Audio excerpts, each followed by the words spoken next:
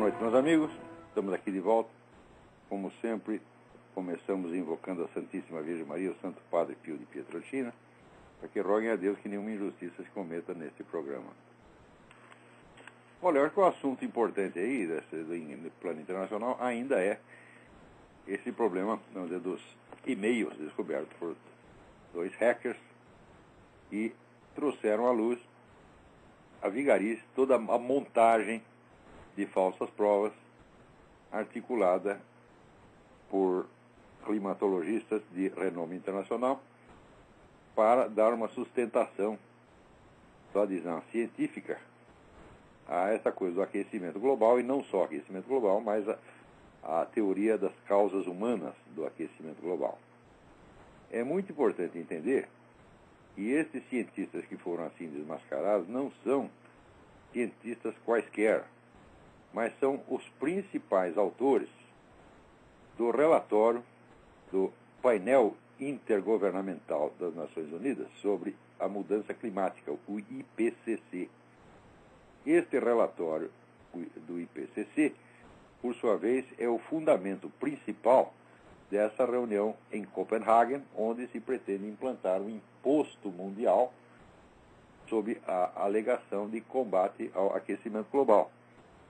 De modo que nós estamos, vocês devem se lembrar daquela emissão do Lord Christopher Monckton, que foi inclusive reproduzida ali no vídeo Sem Máscara, né, anunciando claramente que a implantação deste imposto global é já automaticamente a implantação de um governo mundial, porque não há imposto se você não tem meios de forçar o pagamento do imposto. Quer dizer, se não há um órgão policial para fiscalizar o pagamento do imposto, então o imposto não existe. Então, a implantação do imposto mundial já é automaticamente a criação de um poder mundial capaz de se impor a cidadãos de quaisquer países do mundo, forçando ao pagamento de imposto e se impor também vamos dizer, a todos os governos. Ora, isso aí é a novidade, é a mutação mais revolucionária de todos os tempos. Porque a implantação do governo mundial não é só um crescimento do organismo estatal para o nível global. Você vê que uma das funções principais do governo é representar um povo perante outros povos. Quer dizer, você tem uma função de representação. Quer dizer, se não há um povo estrangeiro perante o qual você tenha de ser representado, a própria existência de governo se transforma, vamos dizer, num fenômeno meio estranho. Agora, o governo global, ele representa que nação? Não uma nação, nem essa, nem aquela, mas representa a humanidade. Ele representa perante quem? Perante extraterrestres? Só pode ser. Né? Quer dizer, não há um possível inimigo externo ou um possível aliado externo. Se não há relações exteriores, a própria noção de governo fica totalmente alterada. Porque desde que o mundo é mundo, as relações exteriores é uma das funções fundamentais, né, do governo. Quer dizer, o governo é o órgão que representa um povo perante outro, que o defende de outros povos, que o articula com outros povos por relações diplomáticas, comerciais, culturais, etc, etc. Muito bem, o governo mundial vai fazer isso perante quem? Tá certo? Então, é de se prever que essa coisa de extraterrestres daqui a pouco comece a ter, vamos dizer, alguma relevância política. É capaz de você. Muito em breve vocês ouvirão autoridades mundiais começarem a falar. Eu não estou brincando, não. Isso não é uma piada, isso é coisa séria. Estudos a esse respeito já vêm sendo desenvolvidos há 60 anos. Vocês dizendo que a própria ideia do aquecimento global, do perigo ecológico, isso surgiu de um estudo feito mais de 50 anos atrás. O governo americano e outras entidades juntaram lá um grupo de estudiosos e cientistas para investigar a questão qual seria o substitutivo da guerra, possível substituto da guerra, como fator de unidade social. Ao longo de toda a história humana, o fator mais coesivo que existe, aquilo que mais facilmente junta um povo, é o conflito com outro povo. Né? Então, em uma situação de governo mundial, não há, evidentemente, mais guerra. Só a guerra desaparece e é substituído por operações policiais. Quer dizer, se o governo mundial tem que reprimir um povo que está saindo da linha, no seu entender, isso não é uma guerra, é uma simples operação punitiva. Né? É como o Império Mongol. Nós sabemos que o Império Mongol viveu em guerras, mas ele não chamava de guerras, ele chamava de expedições punitivas. Porque, do ponto de vista do Império Mongol, só havia duas regiões no mundo. E havia o Império Mongol e havia as regiões rebeladas. Isso é todo o resto do mundo. Então, o governo mongol não reconhecia outros governos. Só existiam, ele já era um governo mundial no seu próprio entender. Então, só havia o governo mongol e províncias rebeladas. Então, não havia guerra, evidentemente. É uma expedição policial, ou como eles chamavam, expedição punitiva. Agora, nós voltamos à mesma situação. Com o governo mundial, se um povo, por exemplo, se recusa a obedecer às normas do governo mundial, pode fazer, não uma guerra, mas uma operação punitiva.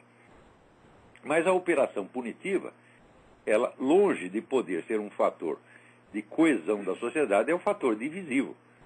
Tá certo? Então, ficamos sem a guerra como um fator de coesão da sociedade. Então, reuniram esses cientistas, né, uns 200 mais ou menos, e eles publicaram um negócio que ficou conhecido como The Iron Mountain Report. Iron Mountain porque é o lugar onde eles se reuniam. Esse escrito circulou anonimamente até que o economista John Kenneth Galbraith, ele confessou que ele era um dos autores. Ele disse, não, eu estive lá, participei da reunião, eu sou um dos autores desse negócio. Não posso dizer o nome dos outros, mas se eles quiserem, eles podem fazer como eu e revelar que participaram disso.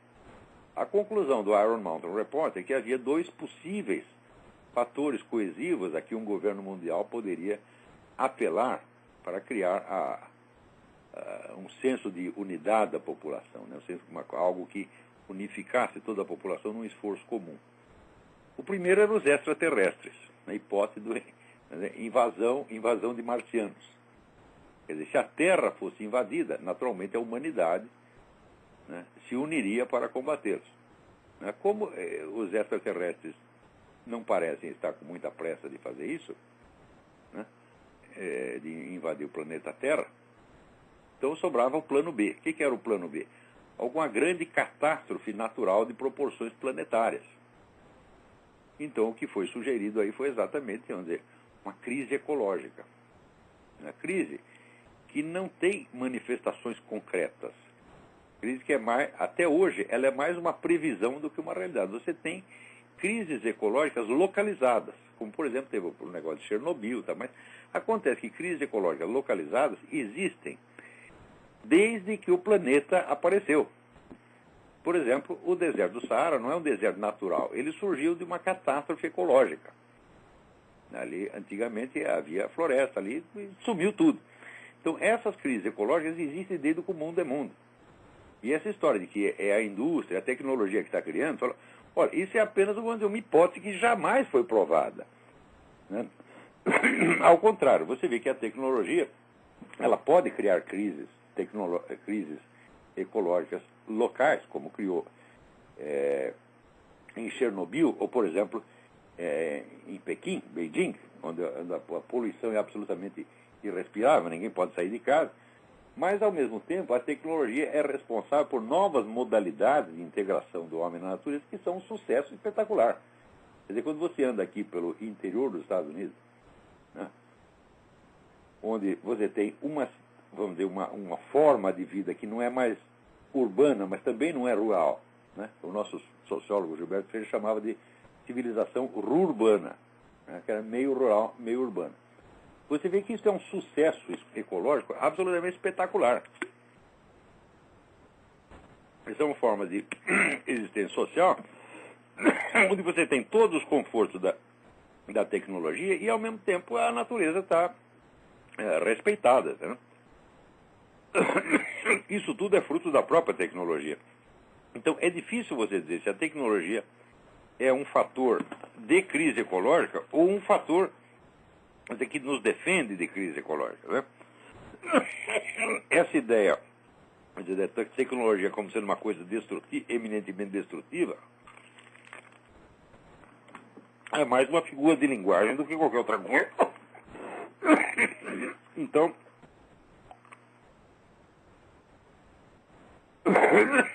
O que nós temos aí, vamos dizer, é a medida mais revolucionária de todos os tempos, que é a implantação de um governo mundial, que vai não apenas centralizar o poder em escala planetária, mas vai mudar a própria natureza do fenômeno chamado Estado.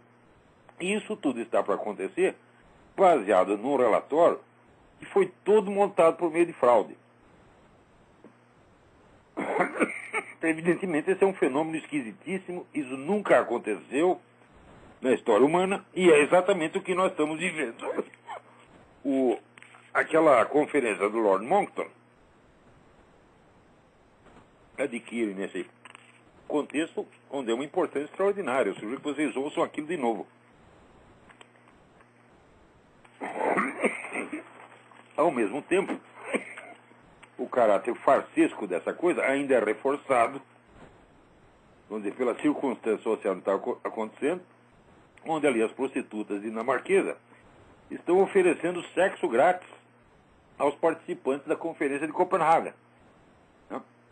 Inclusive o seu Obama, aproveitando que está lá distante da dona Michelle, ele pode se prevalecer dessa oferta que foi feita pela Sindicato Dinamarquês das Trabalhadoras do Sexo. São 79 prostitutas, onde você mostra o crachá da Conferência da Mudança Climática e você dispõe dos serviços eróticos gratuitos. Aquelas senhoritas, muito bonitas, adoráveis, estão lá, então, à disposição desta elite científica, né, internacional, que vai salvar o planeta. Não é um negócio fantástico? Não. Agora, aqui o Halley Barbosa me escreve, aqui, ontem a Rede Globo, que lidera o alarmismo e todas as táticas de esquerda do nosso país, mostrou no Fantástico porque o CO2 é o grande vilão do pretexto aquecimento global. Por meio de uma repórter e painéis gráficos, ela dizia: veja este gráfico da variação da temperatura através dos tempos. Agora veja esse outro do aquecimento do planeta durante blá, blá, blá, blá, blá. Quando sobrepomos um gráfico ao outro, vemos que eles são praticamente iguais, o que quer dizer que a Terra está aquecendo mesmo. E que foi no período da Revolução Industrial que isso começou. Esse gráfico é arquiconhecido, porque quem colocou o gráfico em circulação foi o Al Gore, quando ele lançou o livro dele, a famosa Verdade Inconveniente, que é o título invertido, porque você já viu uma verdade inconveniente, né, ser publicada em toda a mídia mundial, aparecer na televisão, todo o pessoal do show business, está todo mundo agora anunciando uma verdade inconveniente? Você já viu uma coisa dessa? Quer dizer, essa é a própria, né, inversão, essa é a coisa mais conveniente de todos os tempos. Quer dizer, esse pessoal em Copenhague, eles estão, vamos dizer, lançando na conta dos países, na conta de débito do país, a maior nota fiscal de todos os tempos. E são vários trilhões de dólares que vão ter que ser coletados. Quer dizer, por que nós temos que pagar esses trilhões de dólares? Sabe por quê? Porque aquela meia dúzia de vigaristas da Universidade de East Anglia, que é esse Dr. Philip Jones, Keith Briefer, Michael Mann e outros, né, combinaram entre si de falsear os dados para subscrever esse alarmismo do aquecimento global. E é por isso que isso aí tem que pagar.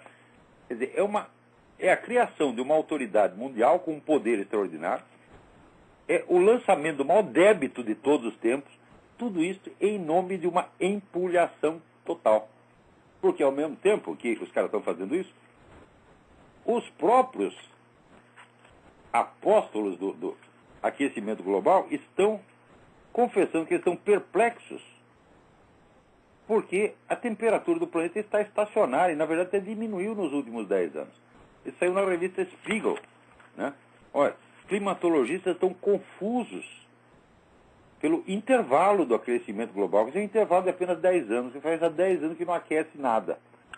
Né? Mas, nesse mesmo momento, todos os caras estão confessando que o problema não existe, estão coletando trilhões de dólares para resolver o problema que eles mesmos estão confessando que não existe.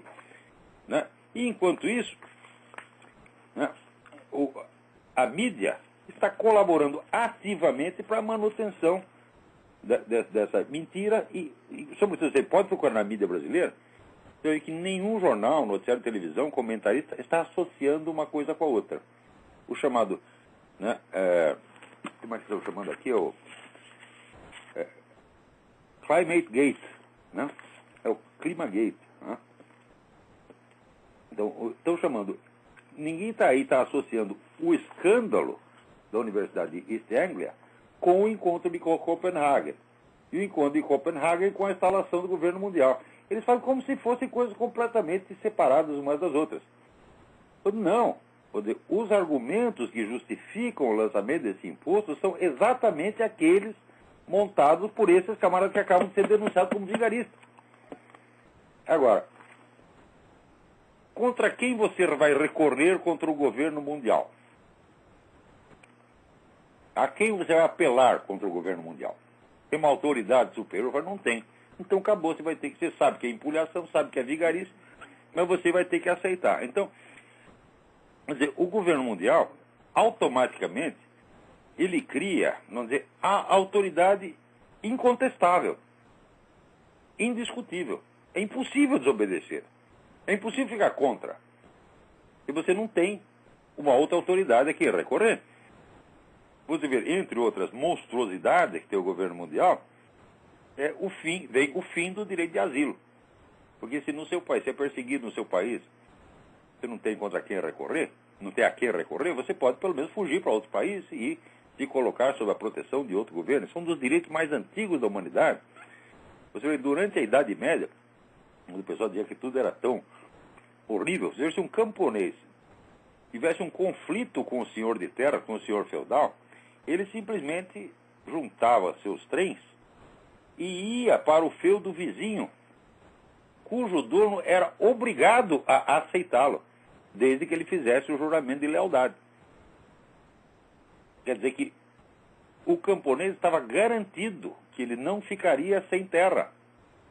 Os sem terra são uma criação da modernidade, os sem terra são uma criação da Revolução Francesa. Antes não tinha sem terra, por quê? Porque todo senhor de terras era obrigado a aceitar o camponês que viesse de outra terra.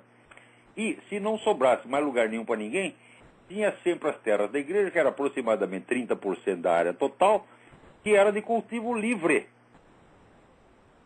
Então não havia, durante toda a história do Ocidente, não houve um sem terra, antes do advento da bendita Revolução Francesa. Ninguém ficar sem terra era a mesma coisa que passarinho sem asa, não existia até, né? Então, era o quadrado redondo. Então, isso aconteceu ao longo de toda a história humana. Então, os sem terra são invenção moderna. Ora, quer dizer, esse direito de você ser recebido numa outra terra e protegido pelo governante ou pelo dono daquela terra, que é um dos mais antigos da humanidade e que existia numa época em que nem mesmo existiam ainda os estados nacionais. Quer dizer, os senhores feudais já respeitavam esse direito antes do advento dos estados nacionais. Esse direito vai acabar. Você tem um problema com o governo mundial, você vai pedir asilo político na Lua? Quer dizer, aí é bom que os extraterrestres nos invadam logo para você poder pedir asilo em outro planeta. Mas, tá. Então, esse gráfico que o Globo mostrou é o gráfico do Al Gore. As duas linhas, né, vamos dizer, da variação da temperatura,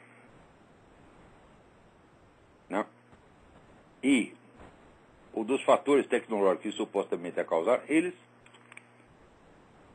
de fato, né, as emissões de CO2, aumento da temperatura e emissões de CO2. De fato, as duas linhas coincidem, quando superpostas. Só que quando você põe as datas corretas, né, você vê que as variações de temperatura antecedem o aumento das emissões de CO2. Então, o gráfico demonstra exatamente o contrário do que a Globo e o Al Gore estavam dizendo. Isso já foi denunciado no mundo inteiro. Todo mundo sabe que é assim do jeito que eu estou falando. Agora, no Brasil, A Globo, que tem 75% da audiência, pega essa velha mentira já desmascarada, só que no Brasil ninguém sabe que foi desmascarada, e pode vender para vocês a mentira requentada.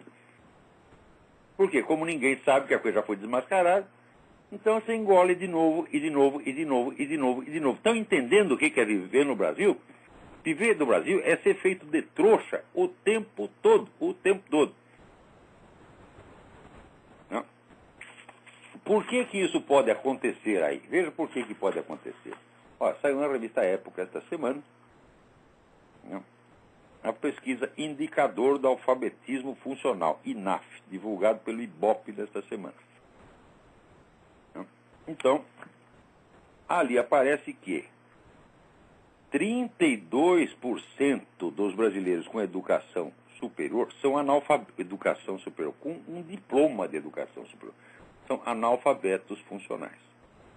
O repórter da Época até brinca, diz, olha, se você está entendendo este mesmo artigo, tá certo? Então, você pertence à categoria, vamos dizer, de apenas 25% da população alfabetizada é realmente alfabetizada. Né? Agora, você imagina, né, a taxa disso aí entre professores universitários, que fazem parte, vamos dizer, da população dita letrada. Né? Então, quer dizer, se 32% dos brasileiros com ensino superior são analfabetos funcionais, quer dizer, 32% dos professores universitários também são, porque eles fazem parte dessa população com ensino superior. Ser analfabeto funcional significa o seguinte: você não incorporou na sua mentalidade o ensino primário. Falta-lhe ensino primário. Quer dizer, você não é capaz de reconhecer por trás das palavras o seu significado. Isso é uma habilidade que você tem que adquirir no ensino primário. Agora, você imagina os outros que já não são mais analfabetos funcionais, quantos não têm uma educação secundária ou universitária deficiente? Esse 32% tem são camaradas diplomados, são doutores, você está entendendo? São mestres, são doutores. Estão exercendo funções de ensino ou de alta responsabilidade, estão na mídia, estão no parlamento, estão na presidência de empresas e são analfabetos funcionais. Agora, você imagina, então, se eles têm essa deficiência primária, olha quantos não têm deficiência de ensino secundário ou universitário. Ou seja, quantos professores não são, embora sejam até capazes de ler, não ignoram a sua própria disciplina no todo e nos detalhes. Vocês entendem por que eu considero a Universidade Brasileira, na sua totalidade, uma empulhação? Entende por que eu considero que nenhum trabalho intelectual sério pode ser feito dentro da universidade? Entende por que tudo que eu estou fazendo passa à margem da instituição universitária e não quer nenhum contato com ela, nem de perto, nem de longe? É por causa disto. Então, dizer, a Universidade Brasileira está de baixo nível, etc. Não é isso. Baixo nível, meu filho, tem a Universidade Americana hoje. A Universidade Brasileira não é universidade de maneira alguma. Eu digo para vocês, eu conheço uma pessoa que tem formação universitária como se deve. Essa pessoa sou eu. Eu sou um scholar universitário. Esse pessoal que está ensinando vocês no Brasil não é. Então, agora, no Brasil, as pessoas que não têm conhecimento, um ignorante não pode medir a ignorância do outro. Então ele se deixa guiar pelo quê? Pelos sinais exteriores. O cara tem um diploma de não sei o quê. Eu digo, mas são justamente essas pessoas que têm diploma que entre elas tem 32% de analfabeto funcional. Como podemos levar a sério essa pessoa? Como podemos aceitar esta categoria de pessoas como juízes de um trabalho intelectual, como por exemplo o que eu estou fazendo? Isso é uma palhaçada kafkiana que eu jamais poderia aceitar. É por isso que quando o Bruno Tolentino falou, não, nós temos que arrumar um diploma de doutor honoris causa para você, na USP, eu digo, olha, é o seguinte, eu vou dizer o que fazer com esse diploma, enfia no cu. Tá certo? No cu peru. Isso é absolutamente desprezível, eu jamais me submeteria a uma vergonha dessa, a uma abominação, porque eu sou um homem de ciência, eu sou um estudioso sério, eu não me submeto ao julgamento de analfabeto funcional. em troca de um papelzinho assinado. Entendeu? Agora, você sabe que o Brasil é governado por um sujeito que se gaba de ter cometido um crime de estupro real, imaginar, não sei se ele cometeu, mas que ele se gabou, e ainda achou bonito, porque diz, foi brincadeira. Né? E que está lá, né, expressando sua nostalgia do tempo em que os meninos tinham relações sexuais com cabritas e jumentas. Quer dizer, é evidente que o sujeito é um sociopata. Hã? Quer dizer, o sujeito de uma baixeza moral extraordinária. Mesmo que ele não fizesse mal algum a ninguém, o simples de pensar assim, já mostra que é uma pessoa que não é bom você receber o cara numa família decente. Ele não é uma pessoa que tem a capacidade de julgamento moral do que faz. O Brasil é governado por isso, por essa coisa. Entendeu? Então, isso está abaixo da possibilidade de discussão. Agora, por que esse cara está no governo? Porque o país é assim. É um país de analfabetos funcionais. Você pensa, por exemplo, que isso sai, por exemplo, na revista Época, quer dizer, o jornalista está dizendo que os outros, né, pessoas com formação superior, como ele próprio, né, são analfabetos. Agora, você acha que o jornalista é melhor que os outros? Olha aqui. Leio aqui um artigo do Jorge Colli, colunista da Folha, né, que diz o seguinte, que nos Estados Unidos, onde a mentalidade é pragmática, né, as pessoas cultas são discriminadas, porque o normal é ser inculto. Eu digo, de onde ele tirou isso?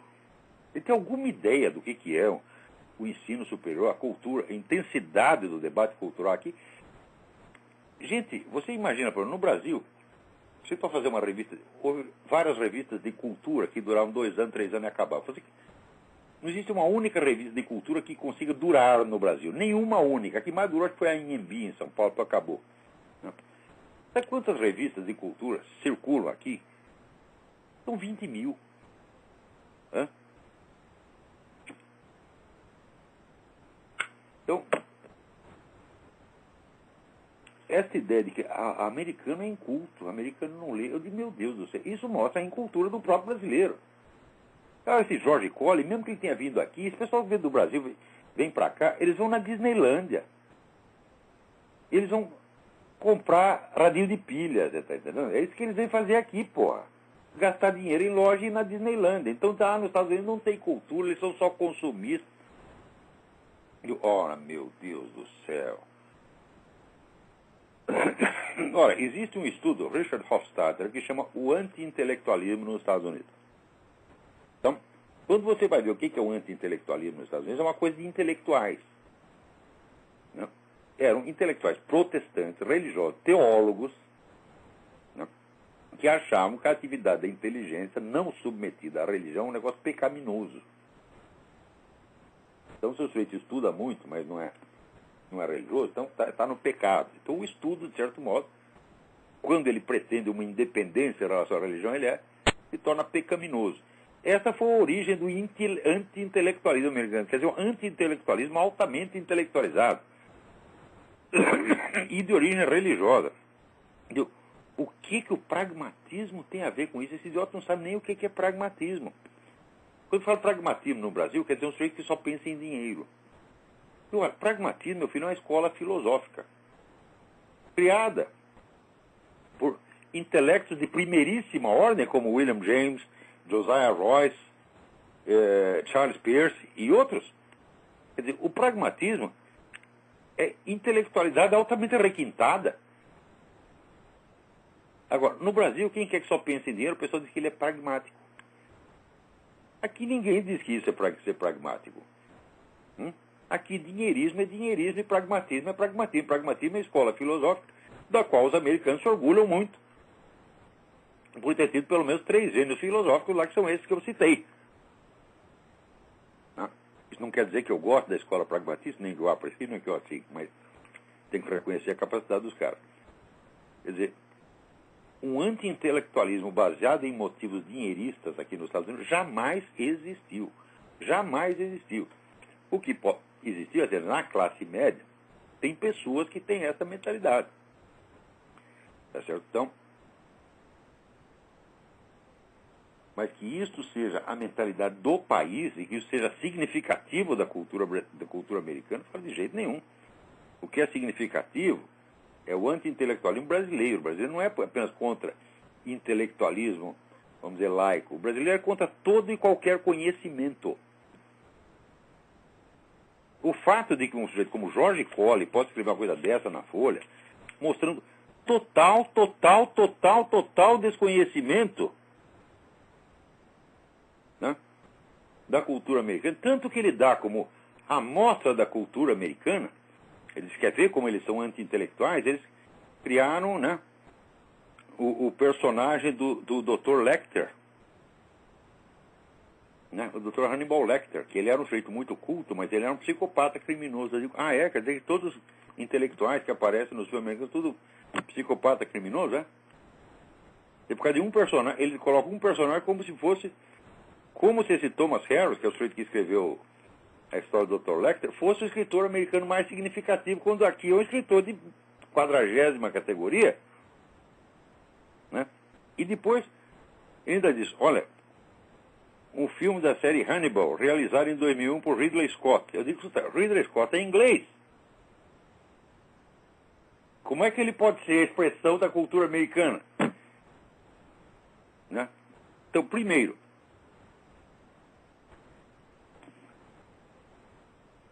o fato de você ter né, um intelectual que é um assassino, quer dizer que aqui é essa ideia, intelectuais são assassinos, estão sempre tramando coisa, todo mundo é contra o intelectual. Ao contrário, aqui é uma puxação de saco de intelectual que dá até vergonha. Por exemplo, você tem uma ideia do que são as verbas de pesquisa, as verbas para as artes plásticas, as verbas para a literatura que circulam aqui? É uma monstruosidade. Isso é maior do que o orçamento da República Brasileira. Isso quer dizer, esse Jorge Colli não tem a menor ideia do que se passa aqui. Então, está lá você dando opinião sobre uma coisa que ele ignora todo mundo. O que é isso? Isso é uma forma de analfabetismo funcional. Um jornalista não pode escrever sobre aquilo que ele desconhece. Eu, por exemplo, eu não posso escrever uma matéria de turf, porque eu nunca entrei no Jockey Club. Eu não sou capaz de distinguir um cavalo de raça de um jumento, você está entendendo? E não sou capaz de distinguir de certos seres humanos. Tá? Então, como é que eu posso escrever sobre turf? Eu não posso escrever sobre turf, gente. Né? Eu não posso escrever sobre moda. Tá certo? Principalmente moda masculina, porque eu me visto do mesmo jeito desde que eu me entendo por gente. Né? E você pega lá um terno desenhado por alfaiate, como é que chama que tem uma rua em Londres, até esqueci, a rua famosa dos alfaiates. Cadê? Eu esqueci, vai. E um comprado ali no Walmart, eu não sou capaz de distinguir isso. Então eu não posso escrever sobre isso, meu filho. Né? Eu me lembro que quando eu estava no Jornal da Tarde, me empurraram para a seção de economia. E eu, forçado pela circunstância, escrevi matérias econômicas sem entender nada de economia e morria de vergonha e até hoje me arrependo disso. Mas era a única vaga que tinha. Falou, você trabalha naquela seção de economia, você pede demissão. Fala, bom, então eu escrevo, mas você quer que eu engane os leitores? Tá bom, eu engano. Muito mais tarde eu fui estudar economia, daí que eu vi as monstruosidades que eu escrevi.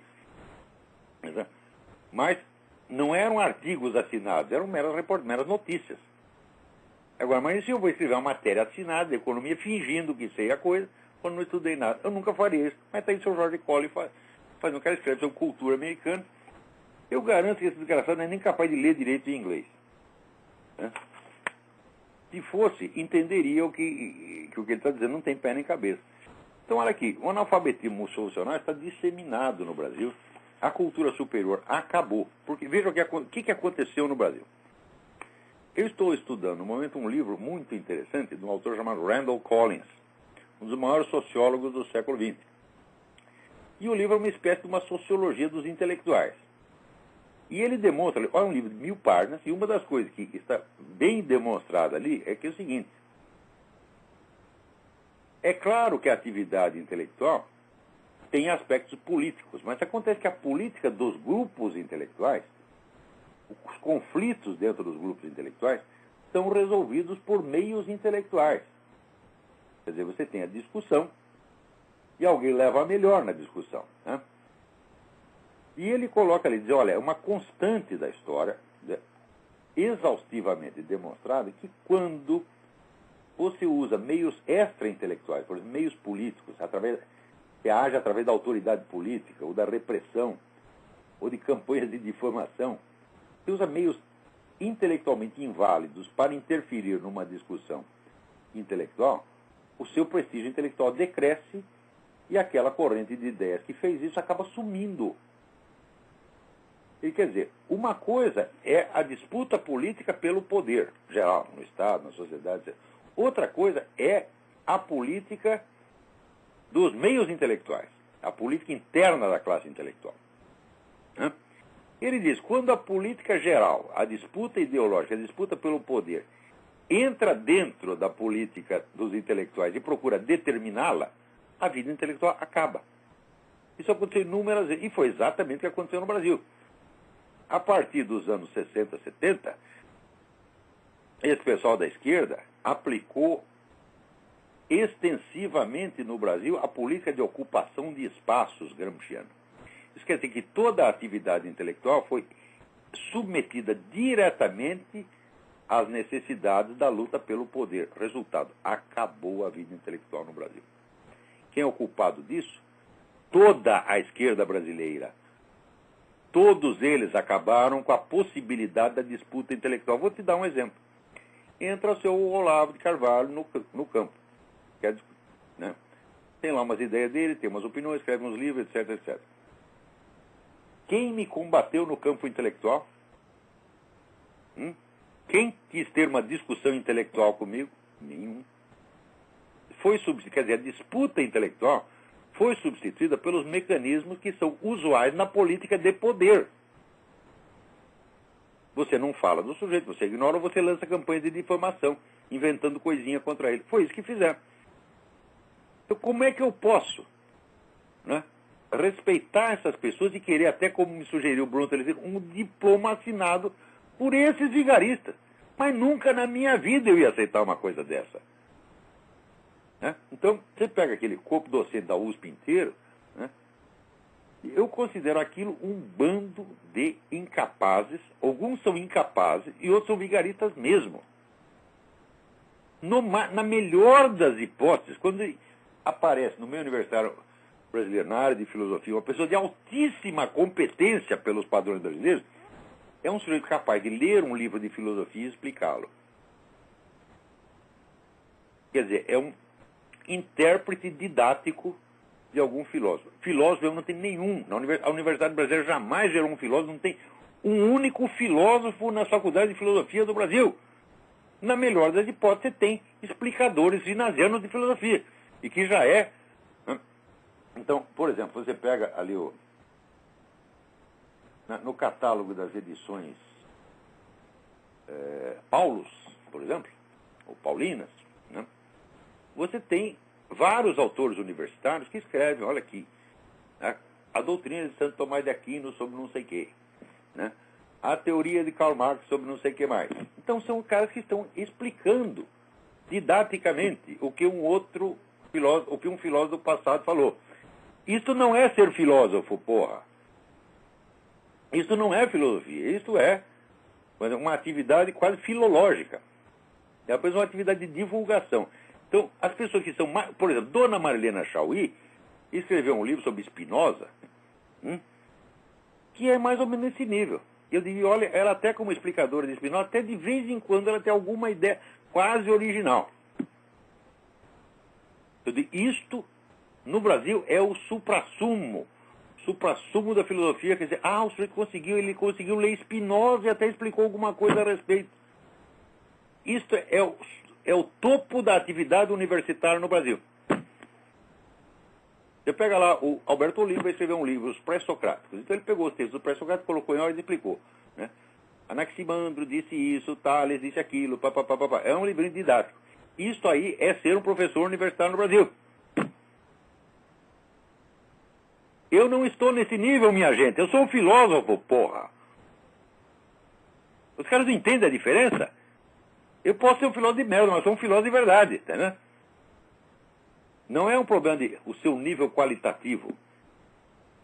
O problema é o seguinte, eu nos meus livros eu investigo questões extremamente difíceis, às quais eu dou soluções que eu mesmo encontrei. Das quais você pode procurar a teoria dos 4 discursos, falo, não tem. O último que resvalou no assunto foi Santo Tomás de Aquino. Tem 5 linhas de Santo Tomás de Aquino a respeito, foi tudo que existe. Ou seja, você pega a minha teoria do império, que está exposta lá no Jardim das Aflições, aquilo, meu filho, a criação inteiramente minha. Foi uma questão que eu coloquei, eu investiguei e eu achei a resposta, certo ou errado, ela está lá. E assim por diante. Todo dia eu fiz uma lista das questões filosóficas nas quais eu procedi em investigações pessoais. Claro que a gente sempre se baseia numa tradição anterior, mas o conteúdo das soluções que eu dei é meu. Então, eu sou um filósofo, esses caras não são. Então, no máximo, professorzinho de filosofia. Então, é por isso que não querem discutir comigo. Porque sabe que não tem gabarito. Ninguém tem na Universidade Brasileira, ninguém tem. Por quê? 32% deles são analfabetos funcionais. Quer dizer, 32% não tem formação primária. Mais 20% que não tem formação ginasiana e mais 20% que não tem formação universitária nenhuma e que nem sabe sequer o que é uma formação universitária. Está aí. Você completou 70%, 80%.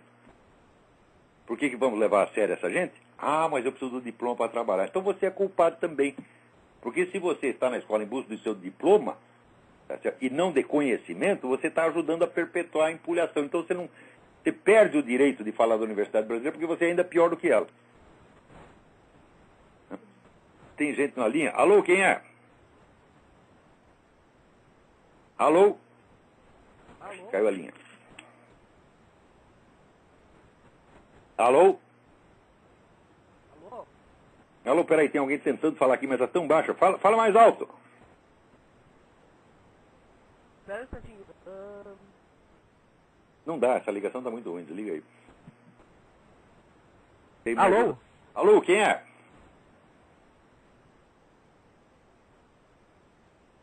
Alô? Liga o próximo aqui, a ligação está muito ruim. Alô? Nossa, acho que todas as ligações estão ruins hoje. Alô? Alô?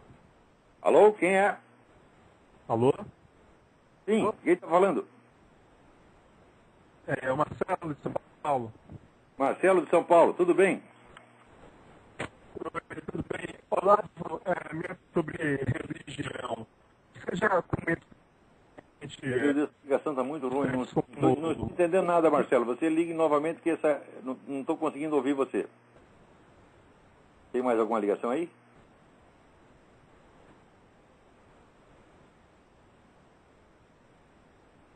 Alô?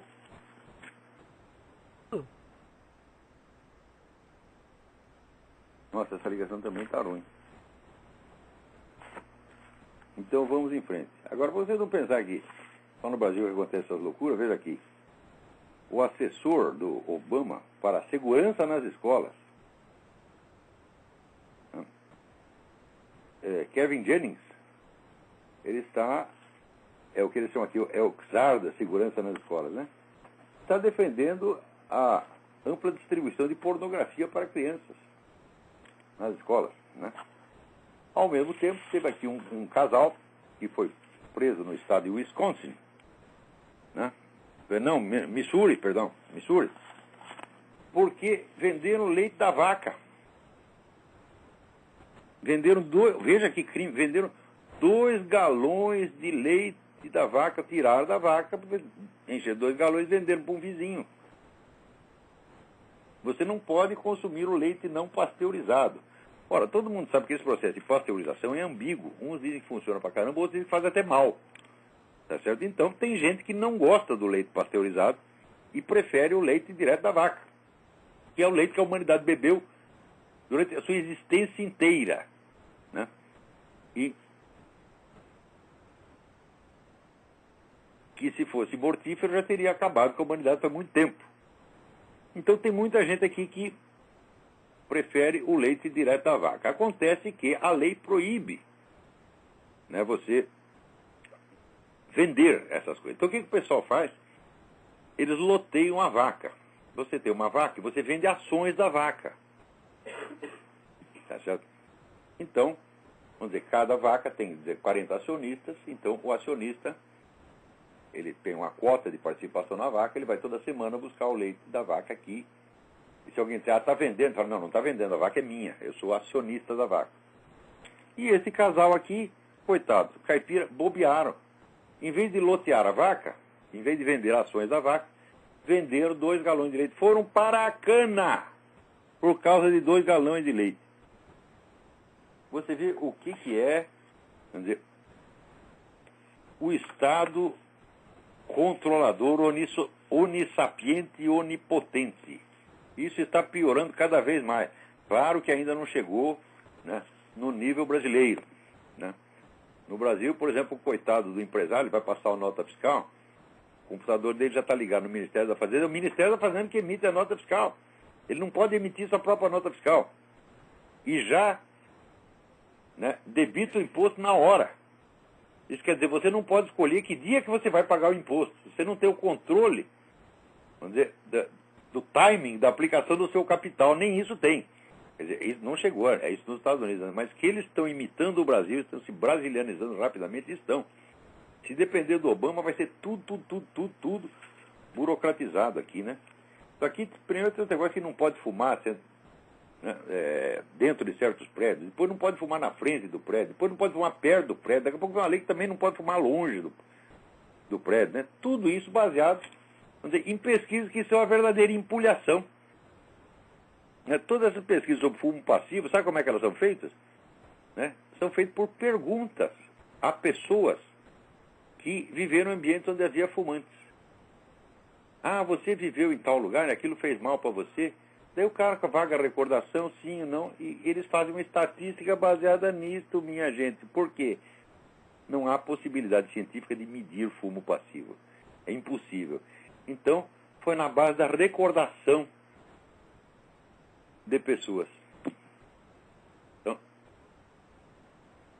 e é evidentemente... e sobretudo de pessoas que estavam doentes. Né?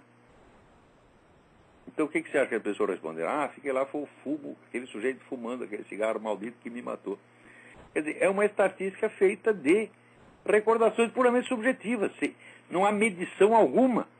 Meu filho, onde não há medição exata, não há ciência.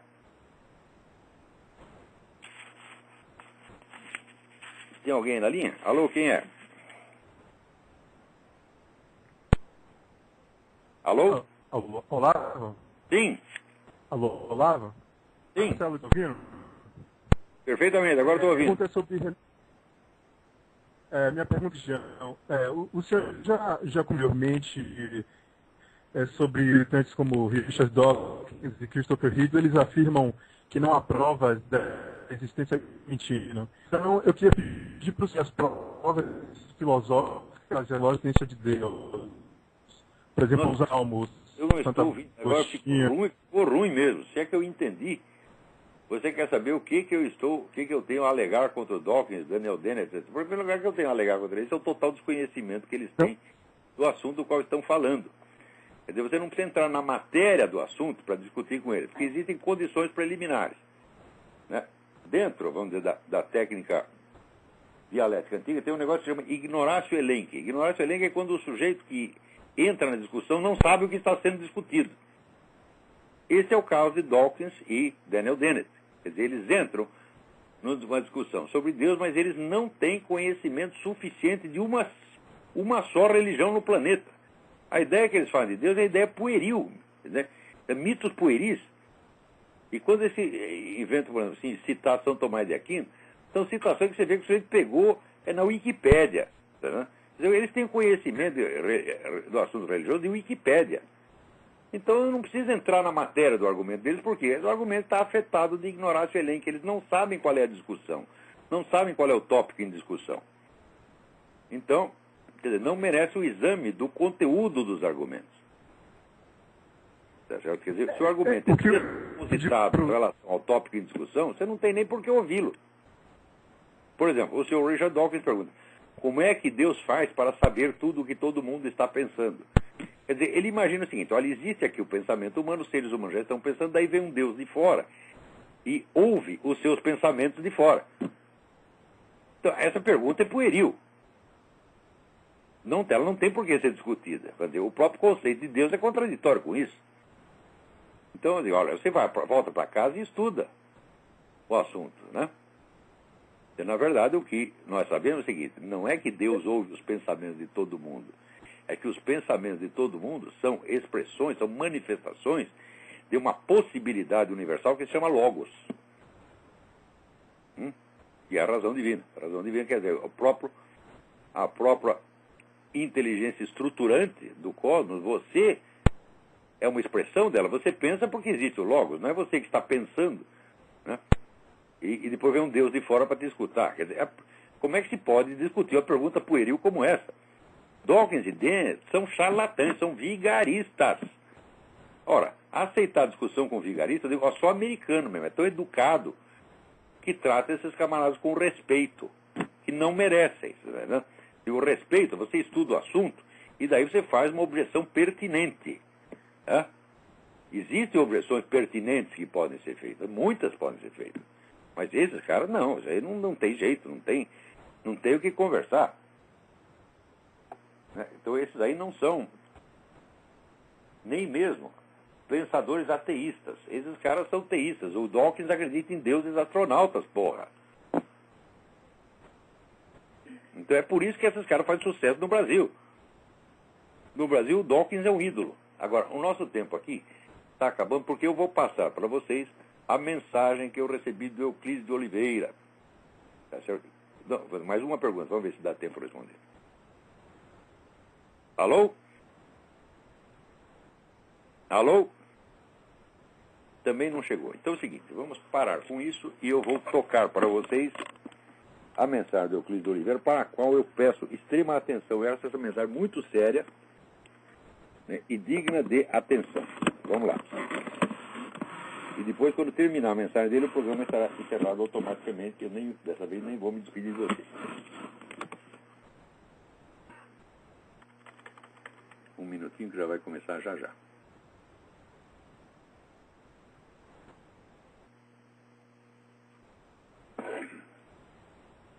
Olá, Olavo.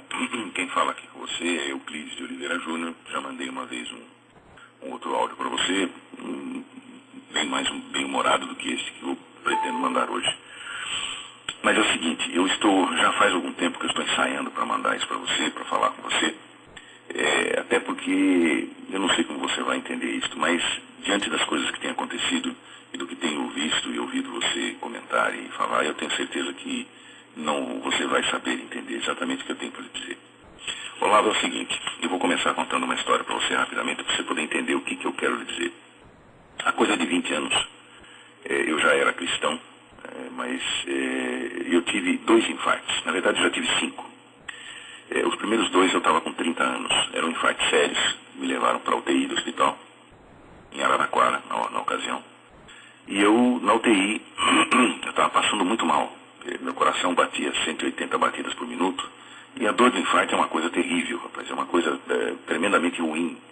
É uma dor, enfim, se você já teve cãibra em algum lugar do corpo, a dor do infarto é uma cãibra generalizada no seu tórax. Né? Então é uma coisa assim, vou dizer para você, é insuportável.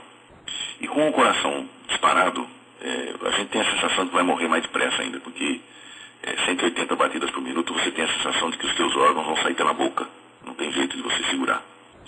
E naquele momento ali eu estava na UTI sozinho. E eu então falei com Deus. Falei, Senhor, eu sei que eu estou às portas da morte aqui.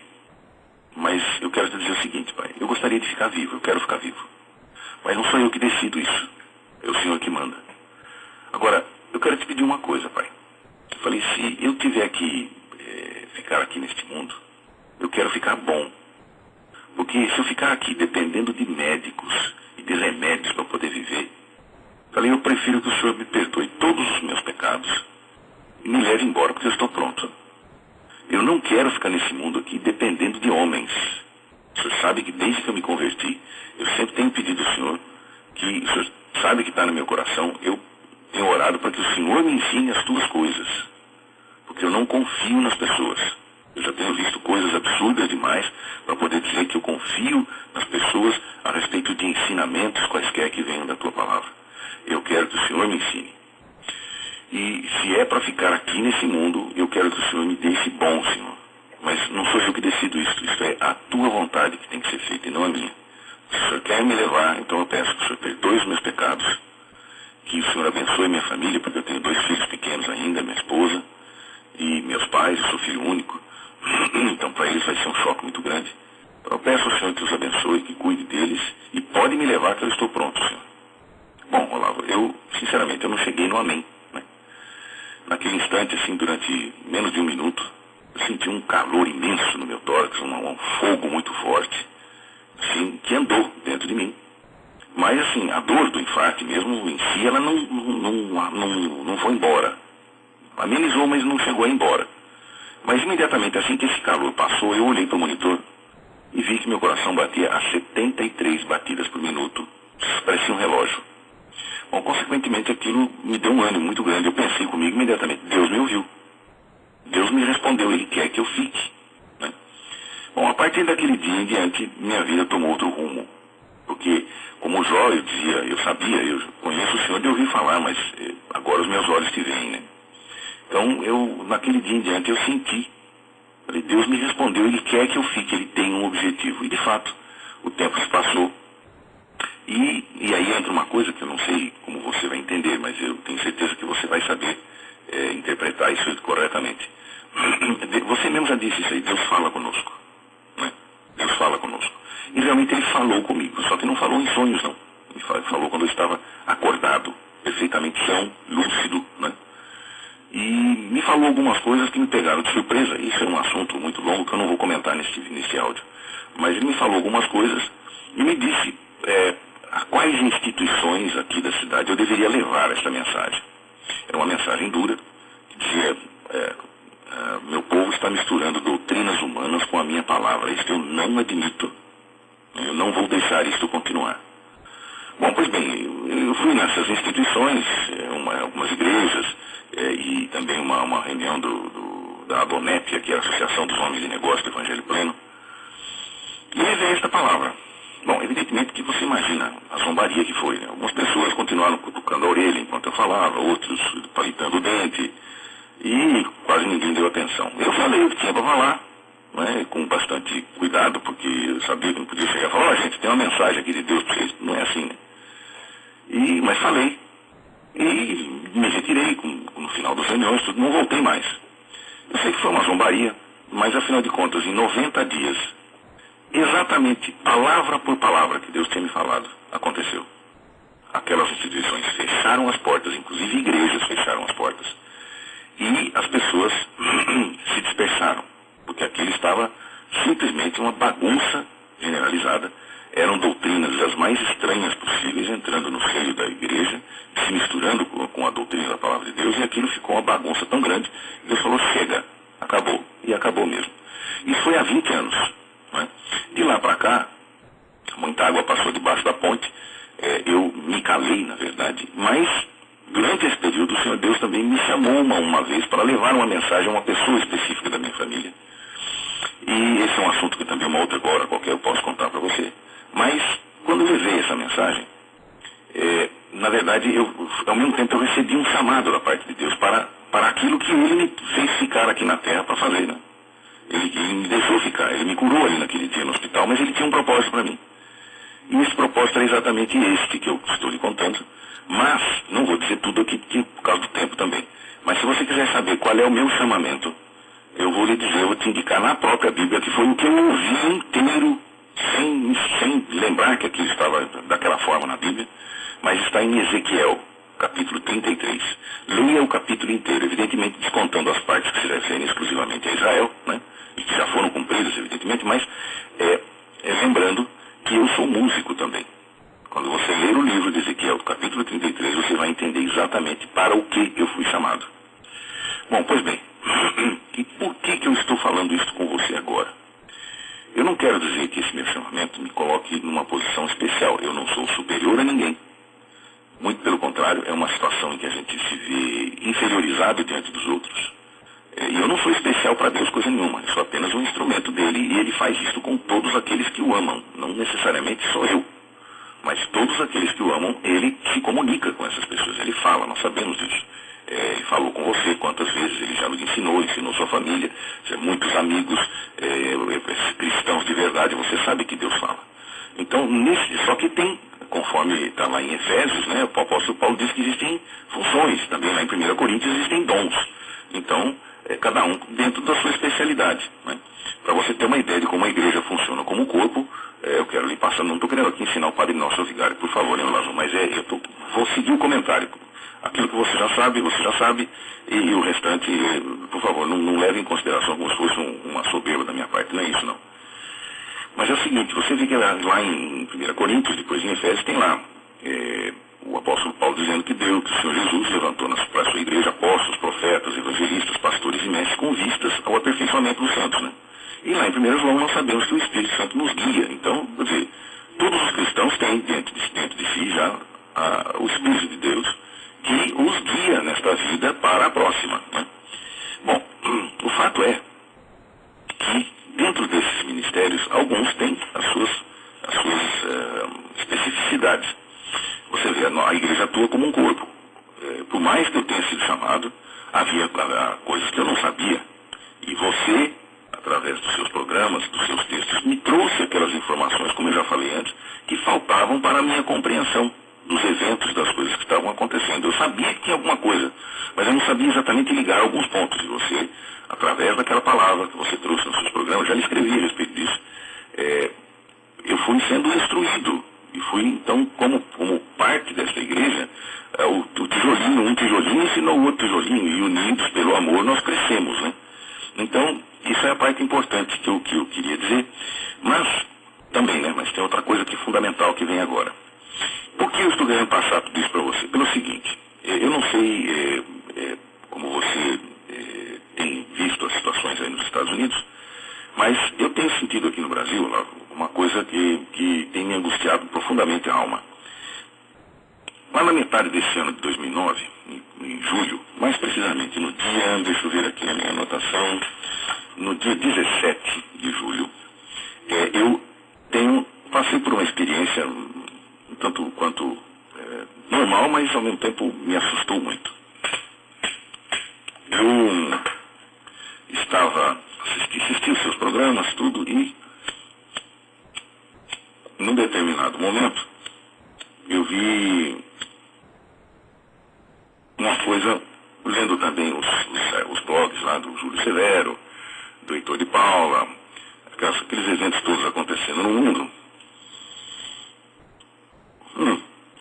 Eu fiquei assim extremamente angustiado, sabe? Fiquei com a alma apertada, rapaz, aquela coisa de, como é que eu vou dizer para você, angústia mesmo, né? Tristeza de ver o que estavam fazendo com o mundo, as mentiras em que a igreja de Deus está caindo, a igreja de Cristo está caindo numa conversa fiada socialista, que é maligna, é satânico, isso aí é uma coisa que vem do mais profundo inferno. E a igreja está caindo nesse conto e dizendo que aquilo, o pior, está dizendo que aquilo é de Deus, que aquilo faz parte do Evangelho, que aquilo foi Deus que iniciou, como se Deus tivesse responsabilidade pela maldade humana, pela ignorância dos homens que querem viver na ignorância e que querem rejeitar a verdade, né? Bom, pois bem, naquela noite então eu me pus em oração, buscando a Deus para saber o que eu poderia fazer para colaborar, porque por mais que a gente escreva, por mais que a gente estude, eu estava sentindo que não estava, que todos, vamos juntar todos, você e os conservadores americanos aqui no Brasil, os poucos que se levantam, que têm se levantado com força, com capacidade e tudo, eu estava sentindo assim como um nada, entendeu? Estava vendo assim que a gente estava tentando fazer furo na água, porque parece que isso é como um zumbi. Você corta um zumbi no meio, você está brigando com um zumbi, né? Corta um no meio, você não está brigando com um, agora você está brigando com dois.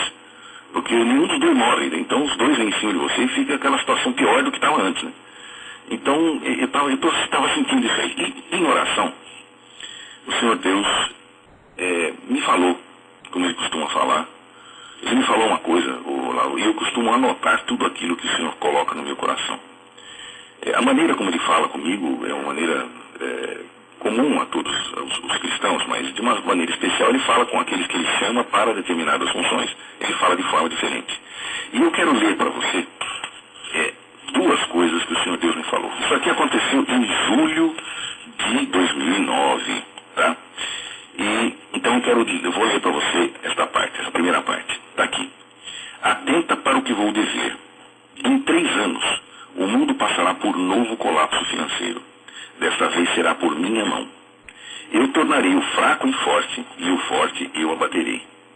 Derrubarei o altivo, e meu povo se levantará. Os que são meus brilharão como as estrelas no céu. Os inimigos cairão pela espada, e lá ficarão. Onde caírem, ficarão. Ao longo do tempo, direi o que devem fazer os que tenho chamado. Prepara-te, pois, para a batalha espiritual que se travará. Eu digo que o inimigo não tocará em nenhum só fio de cabelo das vossas cabeças, mas ele destruirá os que se chamam pelo meu nome e não são meus. Aqui eu vejo um juízo para a igreja, né? Mais uma vez, continuando, mais uma vez vereis a diferença entre o justo e o ímpio, e eu vos mostrarei que não tolero que misturem a minha palavra com doutrinas humanas. Isso já faz 20 anos que o Senhor fala isso para mim. Anuncie isto. Daqui a 3 anos, quem tiver, ser-lhe-á dado mais. Quem não tiver, até o que tem será tomado. Se o povo que se chama pelo meu nome não me ouvir e continuar resistindo à verdade, eu não o pouparei dos meus juízos. Derreterei sua dura face de pedra e farei monturos de lixo com os que sobrarem. Muitos se converterão, mas muitos hão de se perder. Mas os que confiarem em mim permanecerão para sempre. Atenta! Eu providenciarei tudo o que for necessário para os dias que virão, de tal forma que tudo lhes será suprido. Aquele tempo será breve, mas colocará o mundo inteiro de joelhos diante de mim. Não temas, pois eu sou contigo. Bom, esta palavra o Senhor me deu dia 17 de julho. Pois bem, eu vou enviar no meu e-mail, que vai lhe dar o link para baixar esse áudio. Tem um link aí, Olavo, que é o seguinte. Ele vai direcionar para você, vai direcionar você para a página de uma revelação que foi dada para o pastor David Wilkerson. Você deve ter ouvido falar nesse homem que escreveu o livro Entre a Cruz e o Punhal. É um homem muito sério, dentre os poucos que ainda restam na América. É um pastor muito sério, um homem de muita integridade, e ele tem alertado as pessoas com as visões que Deus tem dado para ele. Até hoje nós sabemos que houve uma exclusiva visão há 10 anos que o Senhor mostrou algo que iria acontecer durante este período e que de fato aconteceu. Né? O aumento da prostituição, a inversão de valores, uma série de coisas que há 10 anos o Senhor deu a ele para ver, e isso aconteceu letra por letra. Agora, eu não sabia disso. Depois desse dia 17 de julho, passados uns 15, 20 dias mais ou menos, eu estava procurando um amigo meu na internet e uma pessoa que mora na Bahia. Ele foi advogado do Banco do Brasil e é um cristão. E eu procurando por ele na internet, porque eu soube que o pai dele, que é um grande amigo meu, foi meu padrinho de casamento, inclusive faleceu num acidente de automóvel. Eu procurava, eu queria mandar uma mensagem e tudo, e acabei encontrando um artigo dele num site. E esse link eu mando no meu e-mail, tá? Então você, por favor, clique lá, você vai ler. Que foi uma visão que Deus deu ao pastor David Wilkerson. Esta visão se refere principalmente à América, né? Mas quando eu li o relato dele a respeito dessa visão, eu simplesmente me arrepiei, porque eu falei, meu Deus do céu, exatamente aquela impressão que eu tive quando o Senhor Deus me falava isso aqui. Só que a palavra que Deus tinha dado para ele foi em março de 2009, e a minha foi em 17 de julho. Só que é o seguinte, eu só fui descobrir isto 15 dias depois do dia 17, quer dizer, já estávamos em agosto. Né? Aí que eu fui saber que ele tinha escrito isso aí. E por uma coisa assim que, na verdade, não tinha muito fundamento, mas eu acredito que Deus tenha me dirigido até para ver essa confirmação do que ele falou para mim. Bom, isso eu estou falando para você pelo seguinte, nós estamos vendo que o cerco está se fechando.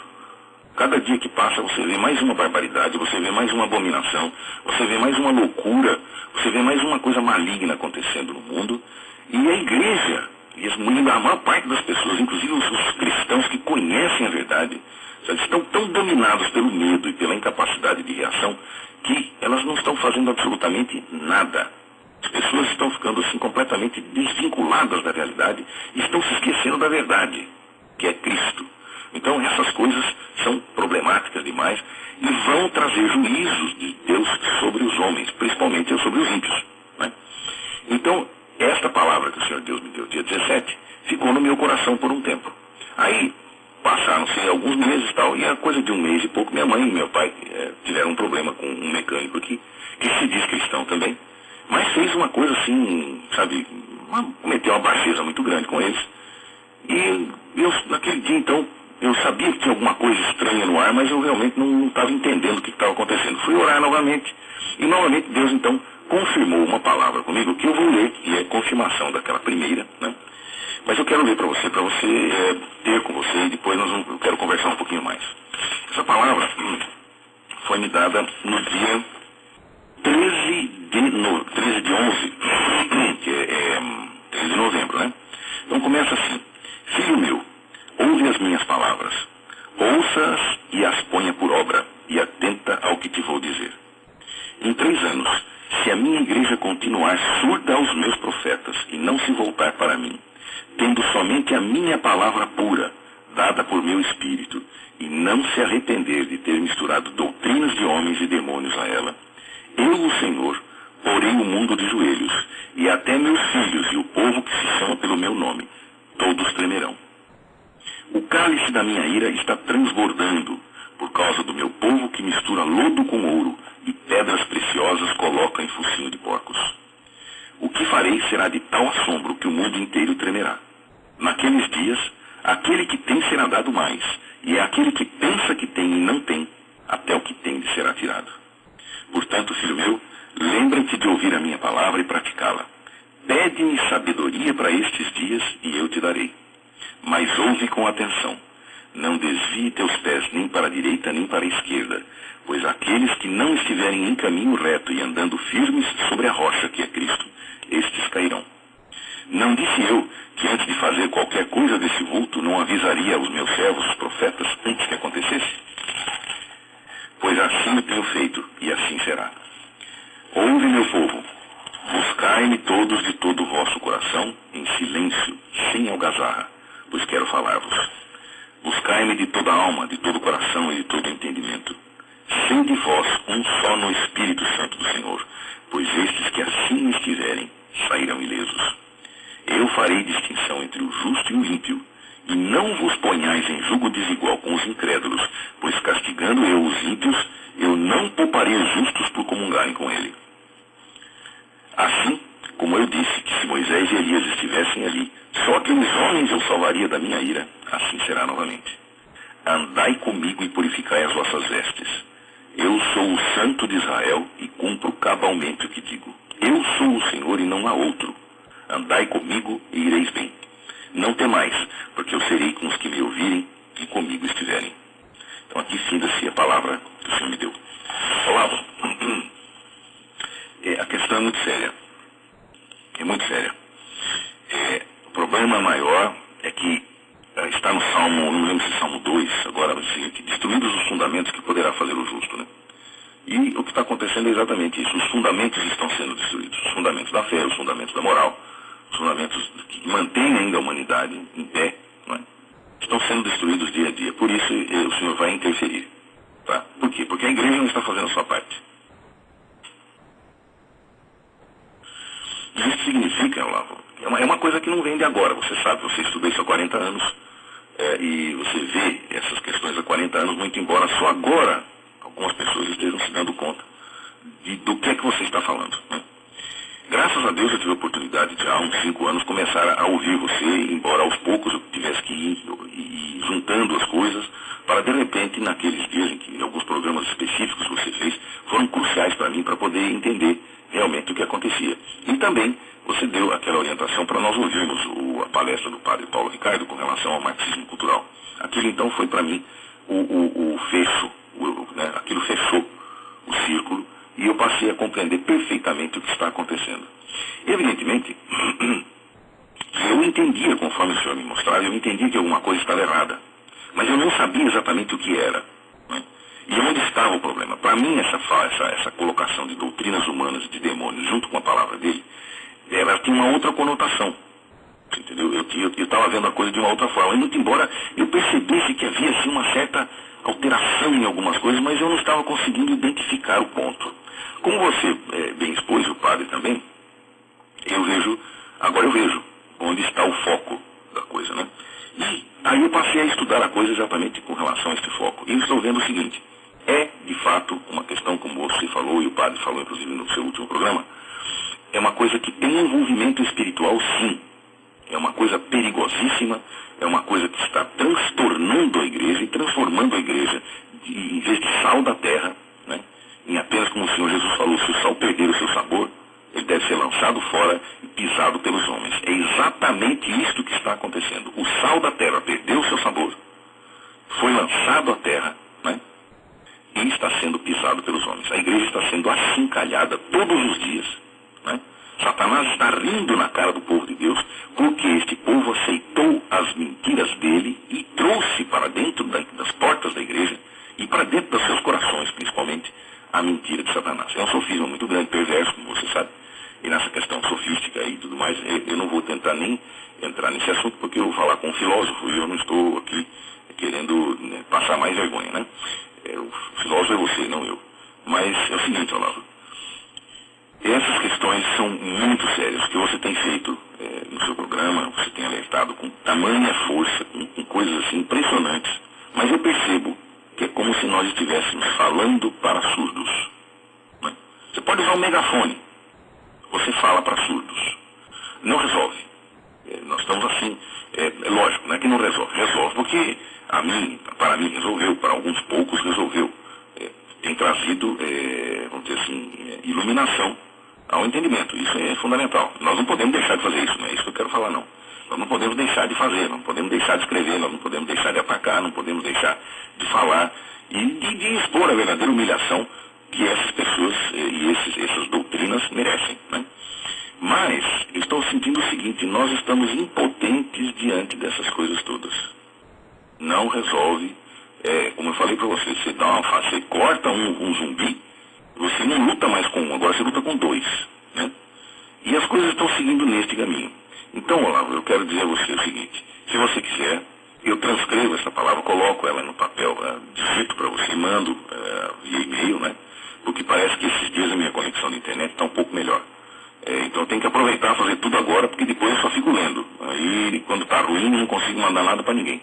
Mas agora eu estou conseguindo fazer alguma coisinha, então eu tenho que aproveitar. Se você quiser, eu mando para você arquivar aí, para poder ler com mais calma, porque ouvir é uma coisa, você lendo é outra completamente diferente, né?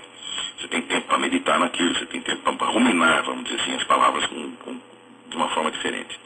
Então, eu espero ter podido passar para você todas essas informações. Eu quero dizer a você o seguinte, por favor, não me julgue como uma pessoa soberba, eu não tenho nenhuma, vamos dizer assim, nenhuma glória, porque Deus tem mostrado isso para mim, porque Ele não mostra só para mim, Ele tem falado com os servos dele. Né? E eu não sou o único, nem sou o portador da verdade, não é isso? Tanto que Paulo diz, quando falar em profetas na igreja, fala em 2 ou 3 e os outros julguem. Né? Então essa palavra dita pelo profeta tem que ser julgada, e evidentemente eu espero que você o faça também.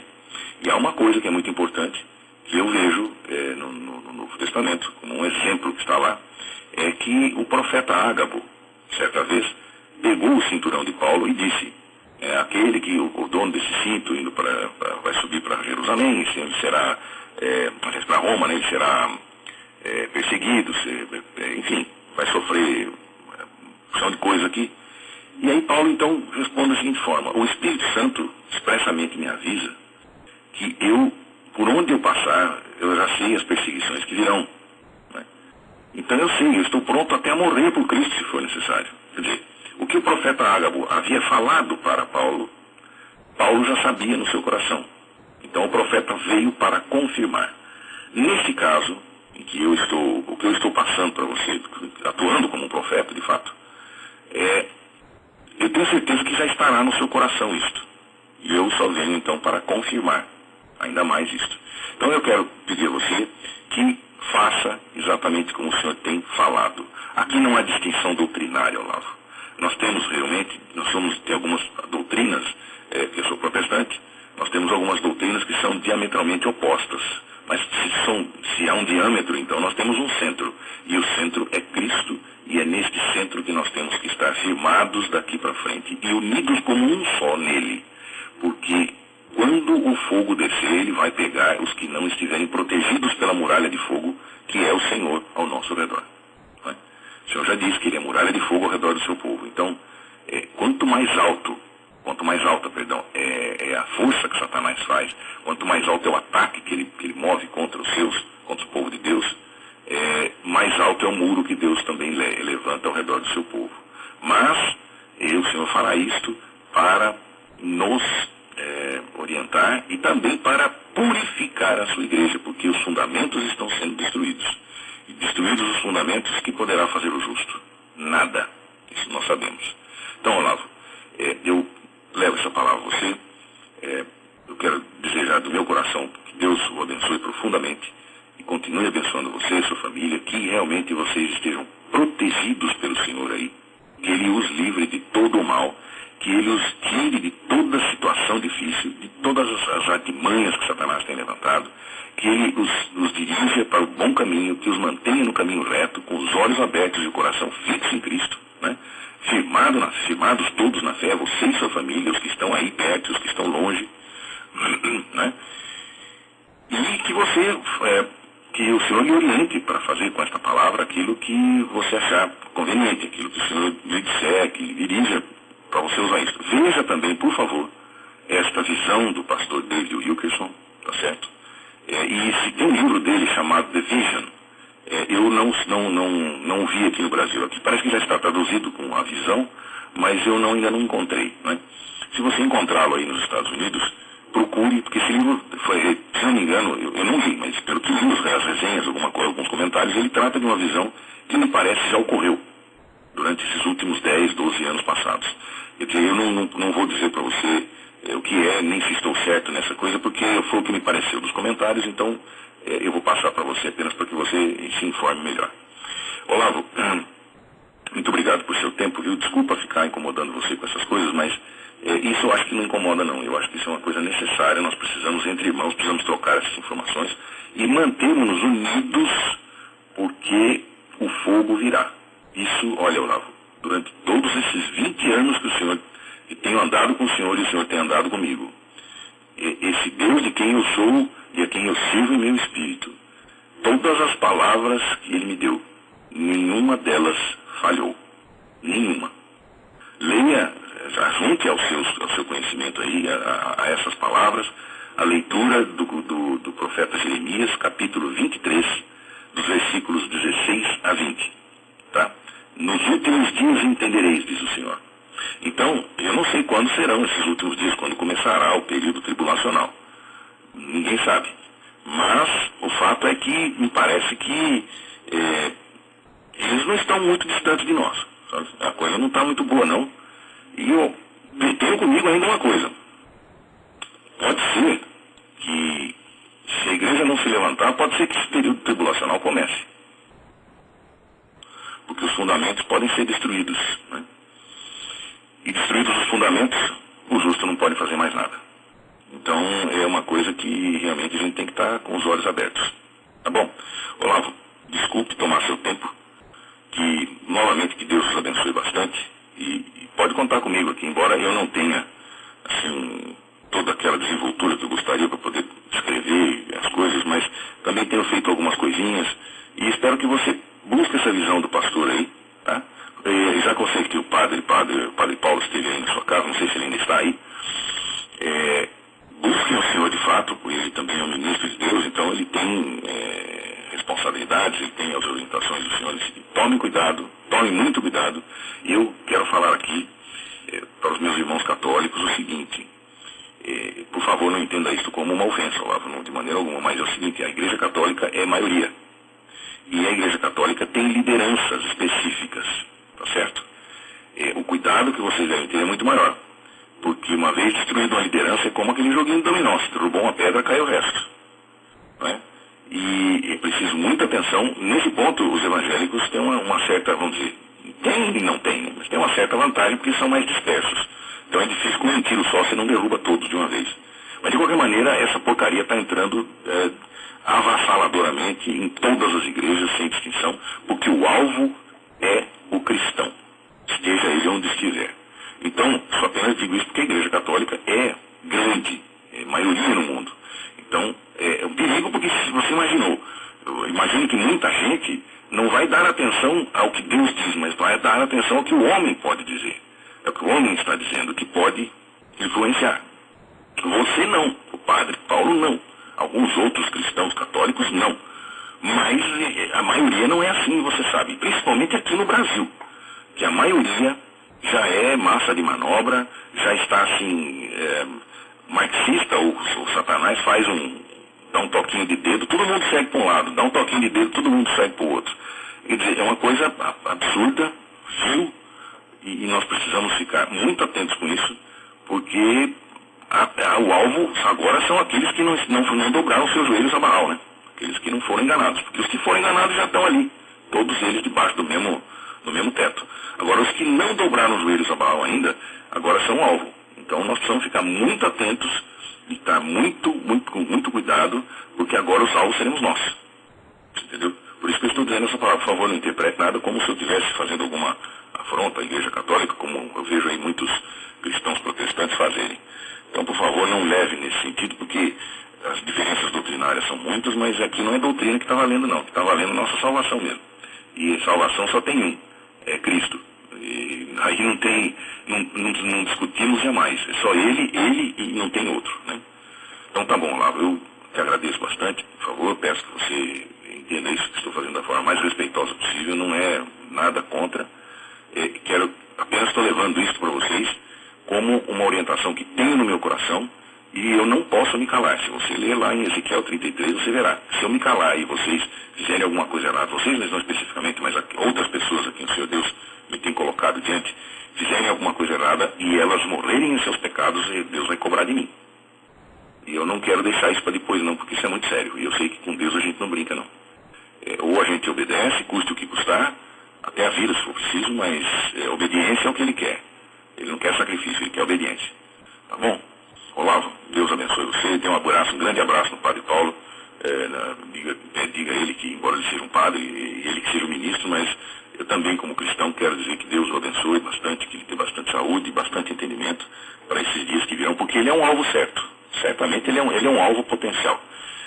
Então, que Deus o livre de todo mal, que dê a ele bastante sabedoria, entendimento, firmeza na fé, porque a coisa está pegando. A coisa está muito pior do que a gente imaginava.